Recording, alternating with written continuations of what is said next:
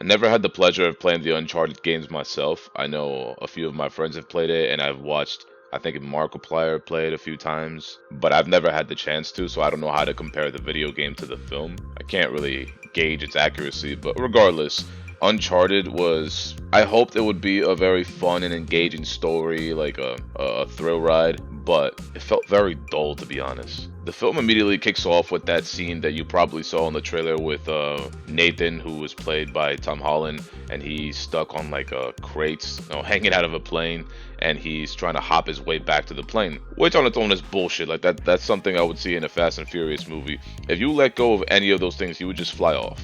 You would not be able to hop from one thing to another. It's impossible. But I let it slide. Like I'm not gonna make too big of a deal out of it. I'm just gonna keep watching the movie. The film then comes back to Nathan Drake's childhood with his older brother and their fascination with history and treasure hunting and whatnot. And then it cuts back to the present day where Nathan Drake is now working as a bartender and he pickpockets wealthy people, I guess. That's what I got from it. And I don't know what Nathan Drake's character is supposed to be like in the Uncharted games, but I think Tom Holland did a really good job.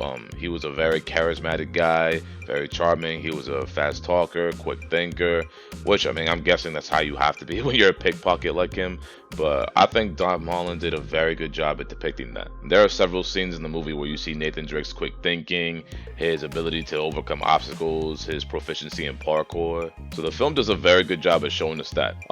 Nathan Drake meets Victor Sullivan, or Sully, some mysterious stranger in a bar. I don't really like the way they did that, but he's played by Mark Wahlberg, who I've never really found as a really captivating actor. Like I've liked him in Fear, which was one of his like first films, and I can't remember his first name, but I know his last name was Stignam in The Departed.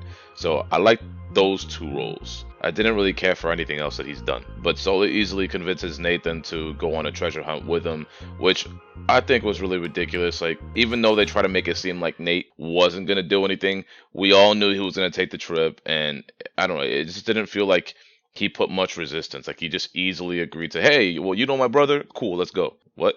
As smart as Nathan Drake appeared to be, as clever as he was, that didn't really make any sense to me. But it's cool because the film was still fast paced, like it was still very engaging at the time. Until about like the midpoint of the film, and at that point it just became about these like ridiculous action sequences and like stupid corny jokes. But before that, like the pacing that is set, it was very fast paced. They were always on the move trying to figure things out, and I really enjoyed that aspect of the film, the whole treasure hunting aspect of the film. Along the way, they meet Chloe Frazer, who is played by Sophia Ali, and she's also a fortune hunter, another treasure hunter who is an acquaintance of Sully. I guess they were on a team before, and she's been screwed over one too many times, so she cannot be trusted. But then again, Sully doesn't trust anybody either. So even though she appears to be like a perfect like partner to have, she can't be trusted. Like at every opportunity she gets, she screws Nate and Sully over. On the first job that Nathan and Sully have, we meet the primary antagonist, or the villain, who is Santiago Moncada, played by Antonio Banderas, which I was really excited to see because I really like Antonio Banderas. I don't think he gets a lot of credit for his performances, but he's a fantastic actor, and I was really looking forward to seeing him as the main villain.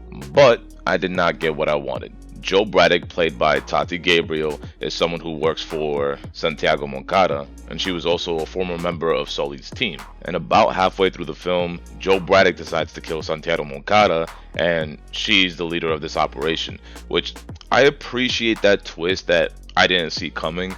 But again, Antonio Banderas is a very good actor, so I think it's a waste of talent to just throw him off like that. And Tati Gabriel's character, Joe Braddock, has the personality of a stump, so I'm cool without the twist and keeping Antonio Banderas because he's a far better actor.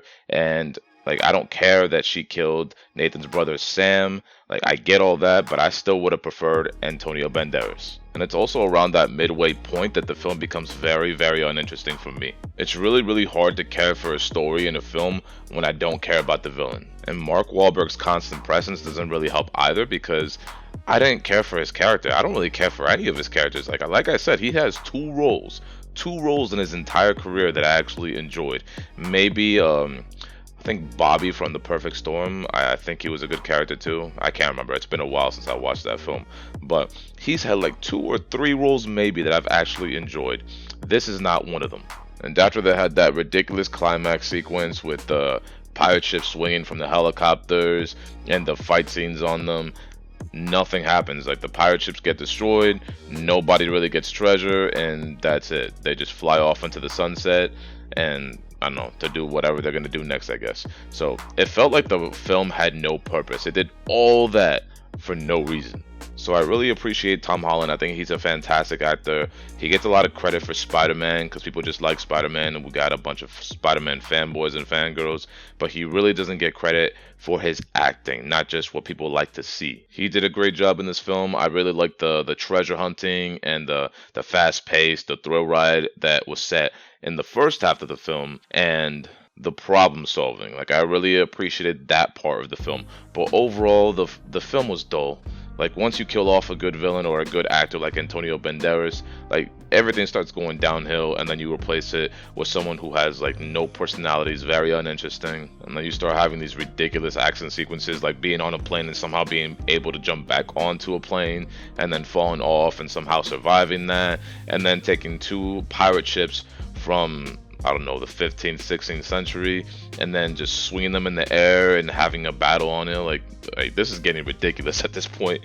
But yeah, it was somewhat entertaining for a while, then it kind of fell off. So I think a lot of other people will enjoy it. I think it'll be a very good thrill ride for most people, not for me. For me, I fell off halfway through the film. There is that end credit scene where Sam, Nathan's brother, is still alive, or at least it appears he's still alive. It doesn't really show his face. And I like the fact that he's gone and Nathan is forever just chasing the clues left by him and chasing like the adventures they had wanted to take together and trying to live up to everything they wanted to be when they were children. But I'm really hoping he's not going to show up in the next film. I'm hoping he just stays under wraps, undercover, wherever the hell he's at. And I honestly like the idea of him being dead more than just him being rotten in a jail somewhere. Because now at this point, it's like you have to break him out. Otherwise, like, it's kind of cruel. But yeah, let me know what you think in the comment section if you enjoyed this film. I didn't really, like, kind of, like a little bit, but not too much. But let me know what you think. Hit that like button. It does help me a lot. Subscribe if you have not already. And I will catch you next Friday. See you then. Bye-bye.